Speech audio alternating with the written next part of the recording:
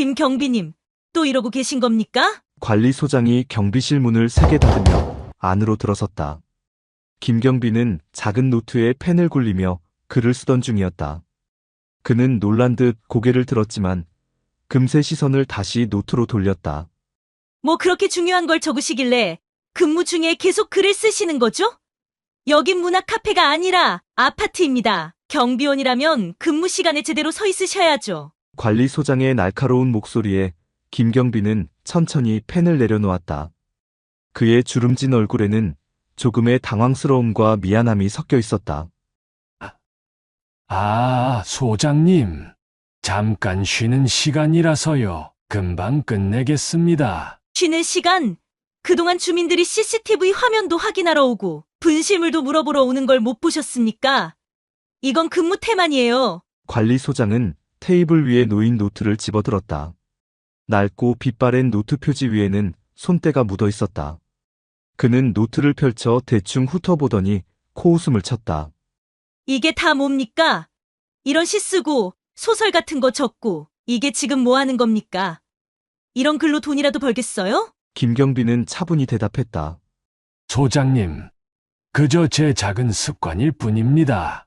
쓸데없는 일이라면 죄송합니다만 저한텐 소중한 기록입니다. 소중, 그런 기록으로 뭐 하시겠다는 겁니까?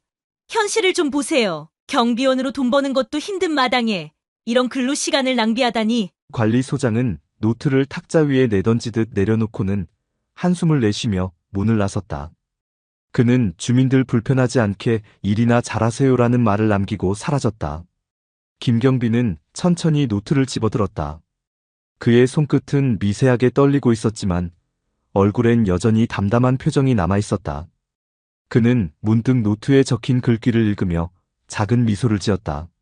글로 돈을 벌 수는 없을지 몰라도 나를 버티게 해준 건 이 글이었지. 그날 저녁 김경비는 경비실 구석에 앉아 펜을 들어 또다시 글을 쓰기 시작했다. 그가 쓴 문장은 짧고 간결했지만 그 속에는 하루의 피로와 잔잔한 감정들이 녹아 있었다. 그는 자신이 글을 통해 무엇을 이룰 수 있을지 몰랐지만 단지 쓰는 행위 그 자체로 위안을 얻고 있었다. 하지만 그의 글은 곧 우연히 발견되며 예상치 못한 변화를 불러일으키게 된다. 다음 날 아침, 아파트에 사는 지민이 경비실 근처를 지나가다 우연히 쓰레기통 위에 놓인 노트를 발견했다. 지민은 문예잡지사의 편집자로 신진 작가를 발굴하고 문학작품의 가치를 평가하는 일을 전문으로 하고 있었다. 그녀는 업계에서 수년간 다양한 작품을 다뤄오며 문학적 안목과 비평 실력을 인정받아 신뢰받는 인물이었다. 그 노트는 관리소장이 쓸데없는 낭비야라는 말을 남기고 쓰레기통에 버린 것이었다. 지민은 호기심에 노트를 집어 몇 페이지를 넘겨 읽기 시작했다. 처음엔 단순한 호기심이었지만 곧 글 속의 깊이와 감정에 압도되었다. 뭐야? 이게 너무 좋잖아. 이건 그냥 좋은 게 아니야. 진짜 작가의 글이잖아. 지민은 가슴이 뛰기 시작했다. 문장의 간결함 속에 깊이 있는 통찰과 지나칠 법한 일상에 깃든 따뜻함이 숨쉬고 있었다. 그녀는 페이지를 넘길 때마다 글 속에서 떠오르는 감정과 이미지를 느꼈다. 이런 글은 몇 년에 한 번 발견하기도 힘든 수준이야. 누가 재능을 왜 감추고 있는 거지? 하지만 지민은 곧 깨달았다. 이 노트에는 이름도 단서도 없었다. 글쓴이가 누구인지 알 방법이 없었다. 그녀는 잠시 고민하다가 문득 생각에 잠겼다. 이렇게 훌륭한 글을 쓴 사람이 도대체 누구일까? 분명 대단한 사람일 거야. 이런 글을 그냥 방치해 둘 순 없어. 지민은 그날부터 글의 주인을 찾기로 결심했다. 그녀는 먼저 아파트 주민들에게 물어보기 시작했다. 혹시 이 글 보신 적 있으세요? 누가 쓴 건지 아세요? 그러나 돌아오는 대답은 모두 비슷했다. 글쎄요, 처음 보는데요. 이 아파트에 그런 글을 쓸 사람은 없을 텐데요. 지민은 답답함을 느꼈지만 포기하지 않았다. 그녀는 아파트 단지를 돌며 더 많은 주민들을 만났다. 경비실 근처에서 오랜 시간을 보내던 사람들에게도 물었다. 그러던 중 한 중년 남자가 흥미로운 이야기를 꺼냈다. 그 노트요. 전에 관리소장이 뭔가 쓰레기통에 던지더니 혼자 한숨을 쉬더라고요. 그 노트가 맞을 수도 있겠네요. 지민은 그 이야기를 듣고 바로 관리소장을 찾아갔다. 그는 처음에는 시큰둥하게 대답했지만 그런 건 왜 묻는 거야? 별거 아닌 노트일 텐데 라며 관심 없는 척했다. 지민이 계속해서 노트에 대해 물었지만 그는 단호히 별 볼 일 없는 글이야. 그냥 버려도 되는 거였어 라고 말을 자르며 넘어가려 했다. 사실 그 노트 김경비가 쓴 거야. 관리소장은 무심하게 어깨를 으쓱하며 말했다. 그냥 혼자 낙서하는 수준이야. 사람들이 대단하다고 할 만한 건 아니지. 그래서 내가 신경 쓰지 않았던 거고. 지민은 놀라움을 감추지 못했다. 그토록 아름다운 글이 아파트 경비원이 쓴 것이라니. 그녀는 즉시 경비실로 달려갔다. 지민은 노트를 들고 경비실로 들어갔다. 김경비는 자신의 노트가 없어진 것을 알고 경비실 구석구석을 뒤지고 있었다. 그의 이마에는 땀이 맺혀 있었고 표정에는 다급함이 가득했다. 그 순간 지민이 경비실 문을 조심스럽게 열고 들어왔다. 김경비는 문소리에 놀라 고개를 들었다. 지민 씨, 무슨 일이세요? 이거 정말 김경비님이 쓰신 거예요? 완전 대단한데요? 김경비는 당황한 듯 말했다. 그냥 끄적거린 겁니다. 대단한 것도 아니고요. 그냥 혼자 보려고 쓴 거라. 하지만 그의 목소리는 흔들리고 있었고 지민은 그의 눈에 담긴 복잡한 감정을 읽을 수 있었다. 그는 이 글에 얼마나 많은 시간과 마음을 쏟았는지 스스로도 모르는 척하려 애쓰는 것처럼 보였다. 아니에요. 이건 사람들한테 꼭 보여줘야 해요. 이거 책으로 내도 될 정도로 멋져요. 지민의 말에 김경비는 미소 대신 쓸쓸한 웃음을 지어 보였다. 그는 고개를 저으며 손사래를 쳤다. 아니야. 그런 건 아니야. 이건 그냥 내 생각을 적은 거지. 사람들에게 보일 만한 게 아니야. 김경비님 정말 이 글이 대단하다고 생각하지 않으세요? 저는 이 글에서 경비님의 진심을 느꼈어요. 그 진심은 사람들에게 닿을 수 있어요. 진심이라. 김경비는 잠시 고개를 숙이고 생각에 잠겼다. 하지만 곧 다시 고개를 들며 단호하게 말했다. 그래도 아니야. 그냥 내 마음을 정리하려고 쓴 것뿐이야. 지민은 다시 한번 설득하려 했지만 그의 굳은 표정을 보고 멈췄다. 결국 그는 조용히 책상 서랍을 열고 노트를 다시 넣었다. 그 손길은 마치 무언가를 소중히 감싸려는 듯 조심스러웠다. 그 글이 세상 밖으로 나가는 것이 두려운 듯 그의 표정에는 망설임과 두려움이 교차했다. 그는 이 글이 자신에게 얼마나 소중한지 누구보다 잘 알고 있었다. 하지만 동시에 그 글이 세상에서 조롱받거나 오해받을 수 있다는 생각이 그를 주저하게 했다. 그에게 글쓰기는 살아온 시간 동안 자신의 이야기를 담아내는 유일한 안식처였다. 하지만 그 시작은 고통으로 얼룩져 있었다. 김경비가 학창시절 처음으로 글쓰기에 눈을 뜨고 자신의 시를 학교 신문에 게재했던 날이었다. 그 글은 당시 그의 열정과 진심이 담긴 작품이었다. 하지만 돌아온 것은 선생님과 친구들의 칭찬이 아닌 비웃음과 조롱이었다. 얘들아 이거 봐. 이제서 내가 김동식이라니 웃기지 않냐? 글은 멋있긴 한데 동식이가 썼다고? 설마 표절한 거 아니야? 심지어 그의 담임 선생님마저도 회의적인 태도를 보였다. 동식아, 이런 글을 쓸 줄은 몰랐구나. 근데 너 혼자 쓴 거 맞아? 어딘가에서 본 걸 옮긴 건 아니고? 그 순간 김경비, 아니 김동식의 심장은 무너졌다. 그는 자신의 진심이 담긴 글이 의심과 비웃음의 대상이 되는 현실에 큰 충격을 받았다. 그 상처는 이후 2번 더 그를 깊이 아프게 만들었다. 첫 번째는 대학교 신문사에 글을 투고했던 일이었다. 그는 익명의 이름으로 글을 보냈지만 편집장과 기자들 사이에서 너무 감상적이고 수준 낮은 글이라는 혹평을 받았다. 심지어 편집장이 공개적으로 그 글을 예시로 삼으며 강의에서 비판을 했다. 이런 글은 그냥 일기장에나 적어야지. 독자에게는 가치가 없습니다. 이 말을 들은 김동식은 자신의 이름을 알리지 않았던 것을 다행으로 여겼지만 동시에 깊은 수치심에 사로잡혔다.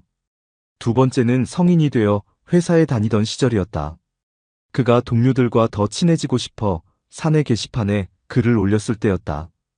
글은 일상 속 작은 행복과 깨달음을 담은 내용이었지만 동료들은 그의 글을 두고 웃음거리로 삼았다. 이 사람, 회사 다니면서 글쟁이라도 될 생각인가 봐. 좀 오글거리는 거 아니야? 라는 농담들이 그의 귀에까지 들려왔다. 그는 게시판에 올라간 글을 삭제하고 이후로는 글쓰기를 더욱 비밀스럽게 했다. 이후 그의 글은 누구에게도 보여지지 않는 채 공책 속에 묻혀갔다. 그는 그때의 경험이 남긴 상처를 떠올리며 스스로에게 말했다. 이 글은 나만을 위한 거야. 다른 누구에게도 보여주지 않으면 이 글은 상처받지 않아.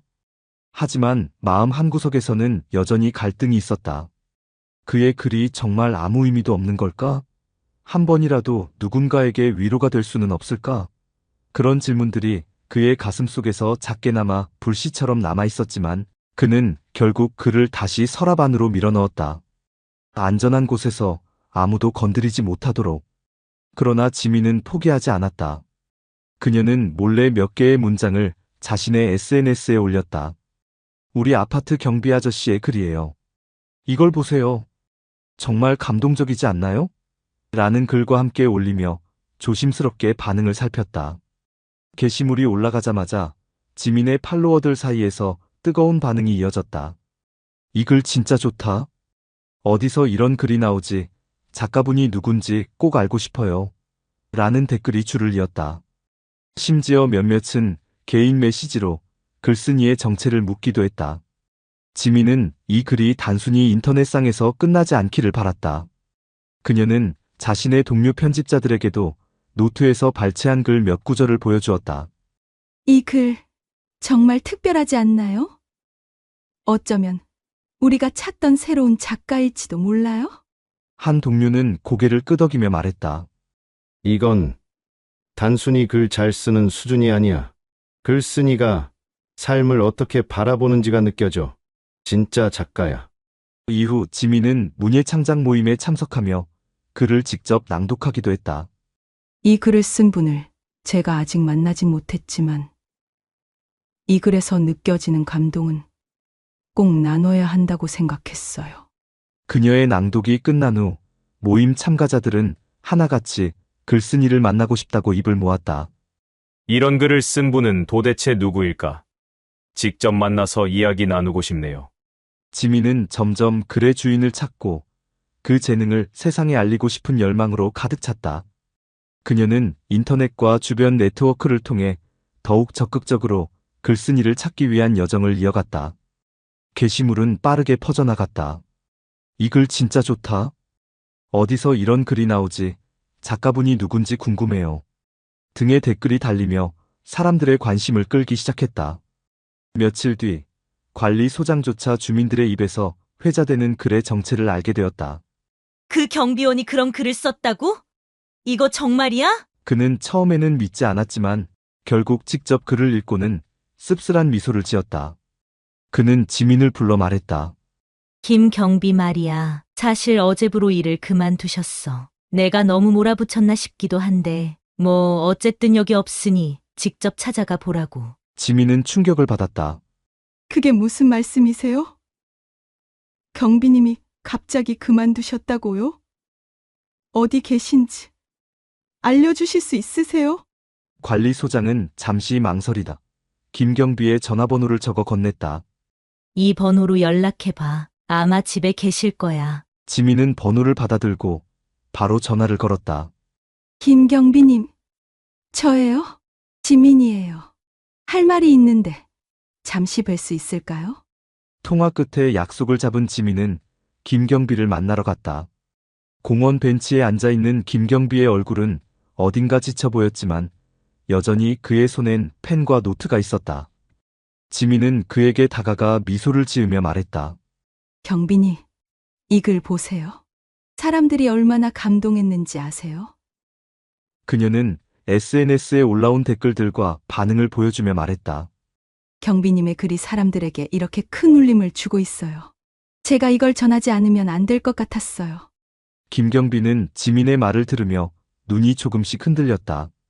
그는 깊게 숨을 들이쉬었다가 내쉬며 고개를 떨구었다. 네, 글이 이렇게 많은 사람들에게 읽힐 줄은 몰랐어. 그런데 정말 내가 계속 써도 괜찮을까? 그동안 난 너무 많은 실패와 상처를 겪었어. 글이 나한테는 위로였지만 세상은 나한테 상처만 줬지. 지민은 그의 말을 끊지 않고 조용히 들었다. 그러다 그의 눈을 바라보며 차분히 말했다. 경비님, 지금도 이렇게 글을 읽고 감동받는 사람들이 많아요? 물론 세상엔 냉정한 말들이 있을 수 있겠지만 더 많은 사람들은 경비님의 글을 통해 힘을 얻을 거예요. 사람들이 이렇게 경비님의 글을 기다리고 있다는 걸 보여드릴게요. 지민은 SNS 댓글들을 스크롤하며 보여주었다. 여기 보세요. 이 글 읽고 정말 위로받았습니다. 이 글을 쓴 작가님이 누구인지 꼭 알고 싶어요. 이런 말들이에요. 이건 단순히 칭찬이 아니라 경비님의 글이 사람들에게 얼마나 큰 영향을 미쳤는지를 보여주는 증거예요. 김경빈은 손끝으로 자신의 노트를 천천히 쓰다듬으며 한참 동안 침묵했다. 그의 눈에는 어딘가 깊은 갈등과 고뇌가 엿보였다. 결국 그는 조용히 입을 열었다. 정말 이 글이 누군가에게 위로가 될 수 있을까? 만약 그렇다면 나도 다시 용기를 내볼 수 있을지도 모르겠어. 하지만 너무 오래 걸릴 거야. 나한텐 아직 그럴 자신이 없어. 지민은 단호하게 말했다. 경비님은 혼자가 아니에요. 제가 도울게요. 그리고 많은 사람들이 경비님의 글을 기다리고 있다는 걸 꼭 보여드릴게요. 그 후 지민은 본격적으로 김경비를 돕기 시작했다. 우선 그의 글을 정리하고 체계적으로 다듬을 계획을 세웠다. 경비님, 이 글들을 하나로 묶어보는 건 어떨까요? 테마별로 정리하면 책으로 만들기에도 좋을 거예요. 김경빈은 여전히 주저했지만 지민의 열정에 조금씩 설득되었다. 그는 오래된 노트와 메모들을 꺼내며 말했다. 이건 그냥 그때그때 적은 거라 연결도 안 되고 엉성할 텐데. 그런 건 걱정하지 마세요. 글의 진심은 이미 충분히 전달되고 있어요. 제가 도울 테니 함께 만들어봐요. 지민은 김경비를 안심시키며 그의 글 속에서 보석 같은 문장들을 하나씩 찾아냈다. 지민은 글의 편집뿐 아니라 출판 과정에 필요한 일들을 차근차근 준비했다. 그녀는 자신의 동료 편집자들과 출판사 네트워크를 활용해 김경비의 글을 검토할 기회를 만들었다. 이건 단순한 에세이가 아니에요. 삶의 깊이를 담은 진짜 이야기예요.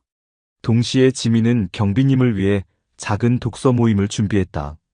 우선 사람들이 직접 글을 들어보면 더 큰 반응이 올 거예요. 경비님, 한 번만 용기를 내주세요. 독서 모임 당일, 김경비는 긴장된 표정으로 등장했다. 그의 손에는 자신이 직접 고른 몇 개의 글이 담긴 노트가 들려 있었다. 그는 사람들 앞에 서서 떨리는 목소리로 첫 문장을 읽기 시작했다. 시간이 흐를수록 그의 목소리는 점점 안정되고 글 속의 감정이 그대로 전달되기 시작했다. 모임이 끝난 후 참석자들은 모두 박수를 치며 감동을 표현했다. 한 참석자는 말했다. 이 글은 저에게 정말 큰 위로가 됐어요. 이런 글을 읽을 수 있어 정말 감사해요. 지민은 그 모습을 보며 미소 지었다. 경비님 보셨죠? 사람들은 경비님의 글을 진심으로 사랑해요. 이제 세상에 보여줄 준비를 해봐요. 김경비는 마침내 지민의 도움과 응원 속에서 책을 출간하기로 결심했다. 출판사와 계약을 맺고 글을 체계적으로 정리하며 그의 첫 책이 세상에 나올 준비를 시작했다. 책 제목은 노트 속 이야기로 그의 삶과 일상의 이야기를 담았다. 출간 후 책은 예상보다 큰 반응을 얻었다. 초판이 출간되자마자 입소문을 타며 독자들의 사랑을 받았다. 서점 직원들은 요즘 이 책이 가장 핫한 책이에요. 진심이 느껴지는 글이라 독자들에게 강한 울림을 주고 있어요. 라며 판매를 독려했다. SNS에는 독자들의 리뷰가 끊이지 않았다.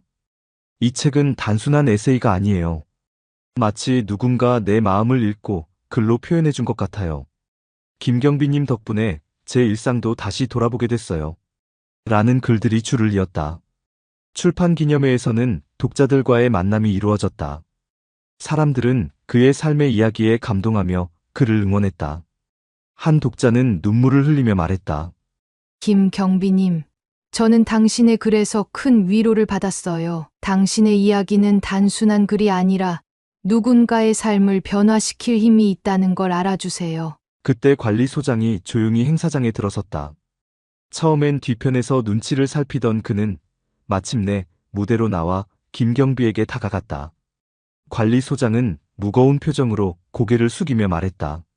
김경비님, 아니, 이제는 김 작가님이라 불러야겠군요. 정말 죄송합니다. 제가 너무 편협하게 생각했어요. 경비 일을 하시면서 글을 쓰신다는 게 한낱 취미나 시간 낭비라고 여겼던 제 자신이 부끄럽습니다. 당신의 글을 읽고 나서야 그 깊이를 이해할 수 있었어요. 정말 감동했습니다. 김경비는 잠시 놀란 듯했지만 곧 미소를 지으며 관리소장의 손을 잡았다. 소장님, 그런 말씀 안 하셔도 됩니다. 사실 저도 제 글이 누군가에게 의미가 있을 거라고는 생각하지 못했어요. 하지만 지민 씨와 여러분 덕분에 제게도 이런 기회가 생겼습니다. 관리소장은 다시 한번 고개를 숙이며 말했다. 앞으로 당신의 글이 더 많은 사람들에게 닿을 수 있도록 제가 할 수 있는 일이라면 무엇이든 돕겠습니다. 정말 진심으로 사과드립니다. 김경비는 그의 진심 어린 태도를 느끼며 천천히 고개를 끄덕였다. 이후 관리소장은 행사장을 떠났고 두 사람의 대화는 조용히 막을 내렸다. 그날 김경비의 이야기는 단순히 한 사람의 성공 스토리가 아니라 서로를 이해하고 응원하는 인간적인 교감으로 많은 이들의 마음에 깊은 울림을 남겼다. 김경비는 무대에서 떨리는 목소리로 말했다.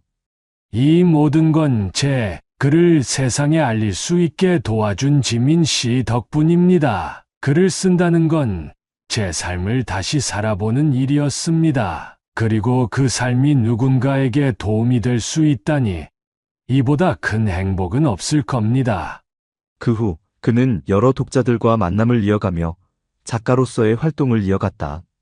그는 지역 문학 모임에서 강연을 열어 자신의 글을 쓰게 된 계기와 글 속에 담긴 삶의 이야기를 진솔하게 나눴다.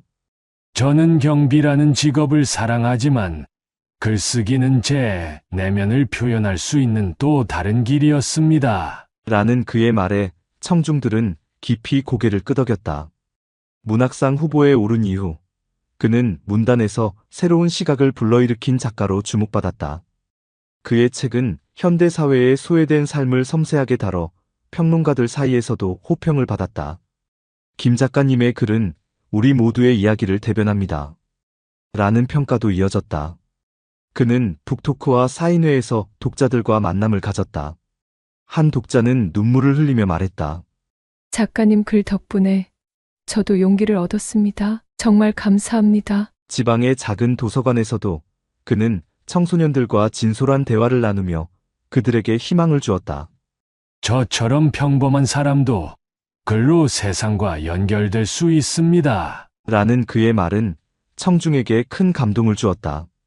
그의 책은 해외에서도 주목받아 몇몇 언어로 번역되었고 그는 국제문학 포럼에 초청되어 삶의 모든 순간이 글이 될 수 있다는 메시지를 전하며 많은 이들에게 영감을 주었다.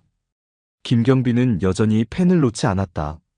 그의 책상 위에는 언제나 새로운 노트가 펼쳐져 있었고 그는 글을 통해 사람들에게 따뜻한 위로를 전하고 있었다.